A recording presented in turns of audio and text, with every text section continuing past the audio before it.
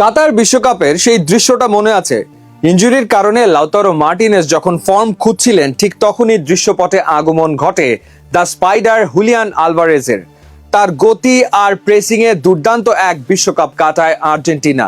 কিন্তু সময় বদলেছে, লাউতারো এখন ইন্টার মিলানের রাজা, আর আলভারেজও ইউরোপের অন্যতম সেরা স্ট্রাইকার।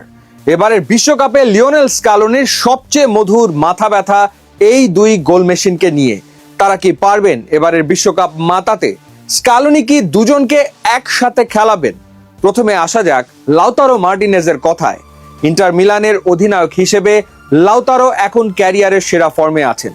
সিরিয়াতে একের পর এক গোল করে তিনি দলকে ট্রফি জেতাচ্ছেন, হয়েছেন লিগের সর্বোচ্চ গোলদাতাও।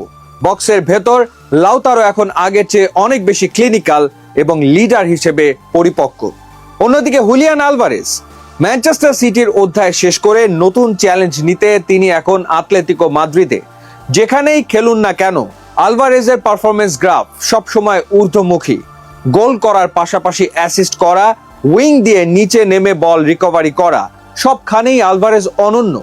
এই দুজনের খেলার স্টাইল কিন্তু সম্পূর্ণ ভিন্ন, আর এটাই আর্জেন্টিনার সবচেয়ে বড় শক্তি। লাউতারো হলেন একজন পিওর নাম্বার 9 বা পোচার। বক্সের ভেতর তার পজিশনিং চমৎকার, ডিফেন্ডারদের গায়ের জোরে পরাস্ত করা, দুর্দান্ত হেড এবং সামান্য সুযোগ পেলেই বল জালে জড়ানো, এটাই তার শক্তির জায়গা। আলভারেজ হলেন ওয়ার্ক হর্স। তার মূল ইউএসপি হলো হাই প্রেসিং এবং ওয়ার্ক রেট। তিনি প্রতিপক্ষের ডিফেন্ডারদের ওপর অনবরত চাপ সৃষ্টি করেন, যার ফলে ডিফেন্স ভুল করতে বাধ্য হয়। এছাড়া তিনি ফলস 9 বা উইঙ্গার হিসেবেও খেলতে পারেন এবং বক্সের বাইরে থেকে জোরালো শট নেওয়ার ওস্তাদ। এবার আসা যাক সবচেয়ে বড় প্রশ্ন, স্কালোনি কি তাদের দুজনকে একসাথে খেলাতে পারেন? উত্তর হচ্ছে হ্যাঁ, পারেন, তবে সেটা নির্ভর করবে প্রতিপক্ষের ওপর। সাধারণত স্কালোনি 4-3-3 বা 4-4-2 ফরমেশনে খেলেন। যদি দুজনকে একসাথে খেলাতেই হয়, তবে আলভারেজকে একটু উইংয়ে বা ফলস 9 হিসেবে নিচে নেমে খেলতে হবে, আর লাউতারো থাকবেন মূল স্ট্রাইকার হিসেবে। এর মাঝে লিওনেল মেসি খেলবেন ফ্রি রোলে। তবে সমস্যা হলো, দুজনকে একসাথে খেলালে মিডফিল্ডে একজন খেলোয়াড় কমে যায়, যা আর্জেন্টিনার চেনা ব্যালেন্স নষ্ট করতে পারে। তাই স্কালোনি সাধারণত একজনকে শুরুর একাদশে নামিয়ে অন্যজনকে সুপার সাব হিসেবে ব্যবহার করতেই বেশি পছন্দ করেন। যদি আমরা গত এক বছরের পরিসংখ্যান বা স্ট্যাটসের দিকে তাকাই, তাহলেই বুঝবেন কেন এরা দুজন ইউরোপ কাঁপাচ্ছেন।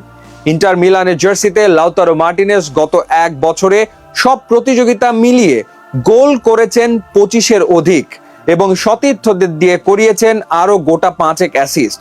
ইটালিয়ান লিগে গোল করাটাকে তিনি যেন এক প্রকার নিয়মে পরিণত করেছেন। অন্যদিকে হুলিয়ান আলভারেজ আতলেতিকো মাদ্রিদের হয়ে নতুন লিগে মানিয়ে নিয়েও দেখিয়েছেন তার চেনা ধার।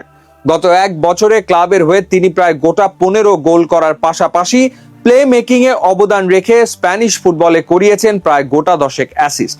অর্থাৎ লাউতারো যেখানে পিওর গোল স্কোরার হিসেবে বক্সে খুনে মেজাজে ছিলেন, আলভারেজ সেখানে গোল করার পাশাপাশি অ্যাসিস্টের দিক থেকেও ছিলেন সমান কার্যকর। লাউতারোর আগুনে ফর্ম আর আলভারেজের ক্লান্তিহীন ফুটবল, দুজনের এই কম্বিনেশন প্রতিপক্ষের ডিফেন্সের জন্য এক আতঙ্কের নাম। কাতার বিশ্বকাপের অধরা গোলগুলো এবার লাউতারো পুষিয়ে দিতে চাইবেন, আর আলভারেজ চাইবেন নিজের স্পাইডার জাল আরো একবার বিশ্ব মঞ্চে বিছিয়ে দিতে। আপনার কি মনে হয়, স্কালোনি কাকে ফার্স্ট চয়েস স্ট্রাইকার হিসেবে খেলানো উচিত? লাউতারো নাকি আলভারেজ, নাকি দুজনকে একসাথেই?